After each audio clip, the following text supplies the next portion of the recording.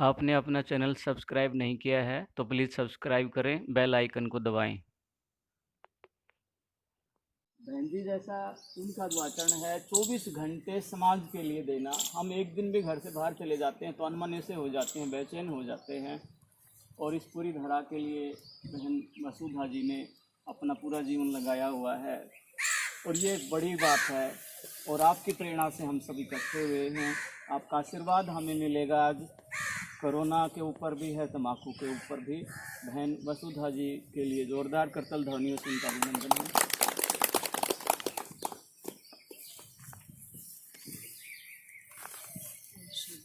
ओम शांति। आज हम सभी इस स्कूल के पवित्र प्रांगण में एकत्रित हुए हैं, विशेष रूप से 31 मई के उपलक्ष्य में। और जो हमारे पूरे विश्व में ये बीमारी फैली हुई है, इस बीमारी से हम लगातार अपने आप को सावधान रख सकें, इसके लिए, जबकि पूरा ही विश्व इन दोनों बातों से बचने के लिए लगातार प्रयास बताता चला जा रहा है और हम सब करते भी आ रहे हैं, फिर भी आज रिजल्ट क्या निकल रही है? तंबाकू का प्रयोग भी बढ़ रहा है और कोरोना वाली बीमारी भी बढ़ती जा रही है। जैसे अमित भाई जी ने बताया कि भारत में केसेस बहुत हैं, लेकिन हम उन पर विजय प्राप्त कर रहे हैं। इनसे डेथ्स भारत में बहुत कम हुई हैं और हम रिकवरी जल्दी से जल्दी कर रहे हैं।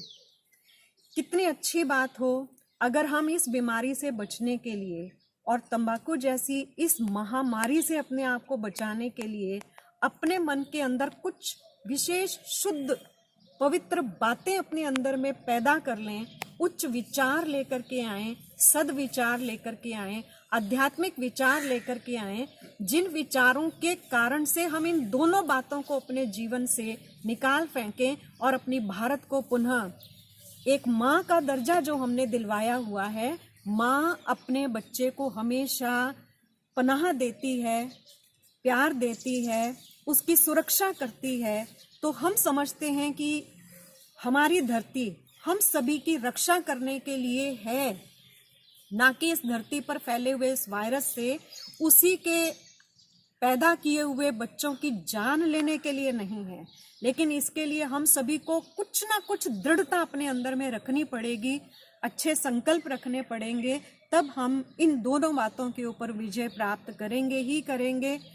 हमारा भारत धार्मिकता से जुड़ा हुआ है, आध्यात्मिकता से उसके तारों से बंधा हुआ है और इन दोनों बीमारियों से बचने के लिए अगर हम भारत की इस विशेषता को बार बार अपनी बुद्धि में लेके आते हैं तो हम बहुत करके 95% हम इन बीमारियों के ऊपर विजय तो केवल अपने संकल्पों के द्वारा ही प्राप्त कर सकते हैं।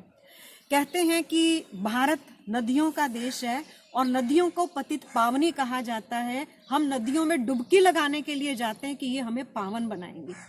एक्चुअली आप और हम सभी जो यहाँ बैठे हैं, हम सभी अगर अपने आप को ज्ञान की नदियाँ बना लें, शुद्धता की नदियाँ बना लें, सादगी की नदियाँ बना लें, स्वच्छता की नदियाँ बना लें, सफाई की नदियाँ बना लें, तो ये हमारे दिल की सादगी, स्वच्छता और सफाई ये हमें तो शुद्ध रखेगी ही रखेगी। और जो हमारे पास आएगा वो कोरोना से भयभीत नहीं होगा, वो भी हमारे से स्वच्छता, शुद्धता, पावनता लेकर के जाएगा। तो जब केवल पानी की नदियों के यादगार को हम अपनी बुद्धि में रखें और हम सचमुच में अपने आप को ऐसी शुद्ध पावन नदियां बना लें, तो हमारा भारत तो पुनः फिर से एक बार विश्व में तीर्थ स्थान माना ही जाएगा। लेकिन आप और हम सभी को अपने आप को वो पावनता की नदियां बनाना पड़ेगा। इसके लिए हमारे अंदर में, चाहे आज 31 मई के उपलक्ष्य में जो हम संकल्प करते हैं कि हम तंबाकू का प्रयोग नहीं करेंगे, इस संकल्प के साथ साथ अगर सच्चे मन से मैं अपने आप को ये दृढ़ संकल्प दिलवा देती हूँ कि ना हम इन चीजों का प्रयोग करेंगे, ना किसी दूसरे को ऐसा करने देंगे, ये दृढ़ता ही हमारे जीवन को पतित पावनी की उपाधि दिला सकती है। क्योंकि नदी खुद अपवित्र नहीं होती, वो दूसरे को भी पवित्र बनाती है।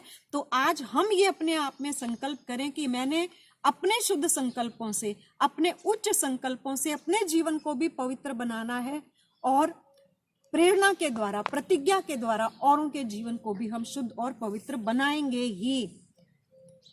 इस स्वच्छता, आंतरिक स्वच्छता, मन की स्वच्छता और मुख की स्वच्छता के आधार से हम अपने भारत को और विश्व को इन बीमारियों से बचा सकते हैं। इसके कारण से जो हमारे अंदर में थोड़ा सा झुंझलाहट पैदा हो गई है हमारे जीवन में, इसको भी हम दूर कर सकते हैं। एक छोटी सी बात यहाँ मुझे याद आ रही है। एक स्कूल में जो स्टूडेंट्स और टीचर्स थे, उन्होंने अपने स्कूल में एक पार्टी का आयोजन किया। गर्मी के दिन थे, बहुत ज़्यादा गर्मी थी। उस गर्मी में स्टूडेंट्स को टीचर्स ने कहा कि हम आइसक्रीम की पार्टी करेंगे। सभी बच्चों को बुलाया गया, एकत्रित हुए, टीचर्स आए, उनके स्कूल टीचर इंचार्जेस जो थे वो भी पहुंचे और सब बच्चों को ये बता दिया गया कि आज आइसक्रीम की पार्टी है। बच्चों ने बहुत इंजॉय किया। उन्होंने जो टॉपिक्स तैयार किए हुए थे, कुछ स्टोरीज थी, डांसेस थे, सॉन्ग्स थे, ये सब किया। और जैसे ही आइसक्रीम दी जाने वाली थी सभी को, आइसक्रीम्स बांटने वाले ने अचानक आकर के सामने ये अनाउंसमेंट कर दी कि मैंने आइसक्रीम तो बहुत अच्छी तैयार की है, फ्लेवर बहुत अच्छा है, बच्चों की पसंद का है, लेकिन जो मैंने उसमें चीनी मिक्स की है, बाद में मैंने देखा कि उस चीनी में छोटे छोटे कांच के टुकड़े। तो बच्चे और टीचर्स जो भी इस आइसक्रीम को लें वो खाएं तो सही, लेकिन थोड़ा सा ध्यान से खाएं, कहीं आपको उससे नुकसान ना हो जाए। अब इस अनाउंसमेंट के बाद वो आइसक्रीम हाथ में तो आ गई सभी के, सभी ने ले भी ली, सभी का मन भी कर रहा था उसको खाने को, लेकिन वो जैसे ही उसको जब मुंह में डालते थे, उनकी बुद्धि में वही बात आ जाती थी, इसमें कांच के टुकड़े हैं, कहीं ये कांच का टुकड़ा मुझे नुकसान ना कर जाए। अब क्या उस आइसक्रीम का आनंद उन स्टूडेंट्स को या टीचर्स को आ रहा होगा? यही थोड़ी सी गलती हम सभी की लाइफ में भी आ गई है। ये जो धूम्रपान है या कोरोना है, ये उन कांच के टुकड़ों की तरह ही है, पर थोड़ी सी सावधानी सिर्फ अपनानी पड़ेगी। हम अपनी ज़िंदगी से ये कांच के टुकड़े अगर निकाल दें तो हम दोबारा से अपनी ज़िंदगी में आइसक्रीम का आनंद ले सकते हैं। और ये आइसक्रीम का आनंद लेने के लिए सिर्फ अपने आप को आध्यात्मिकता की बातों से, स्वच्छता की बातों से जोड़ना होगा। और ये बात दूसरा कोई हमारे जीवन में नहीं ला सकता। दूसरा तो सिर्फ कह सकता है, सुना सकता है, बता सकता है। ये बात मुझे मेरे जीवन में खुद लेके आनी है।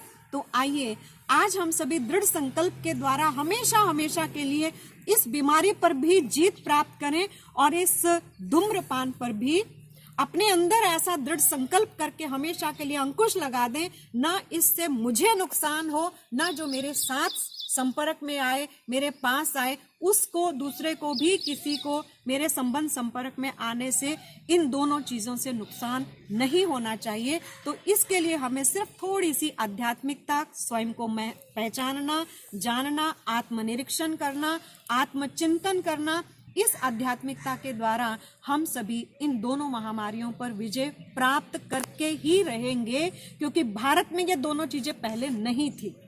हमारा भारत जब सोने की चिड़िया कहलाता था, हर नर श्री नारायण और हर नारी श्री लक्ष्मी कहलाती थी, उस राज्य में ना तो ये नशीले पदार्थों का सेवन किया जाता था और ना इस तरह की कोई बीमारियां थी।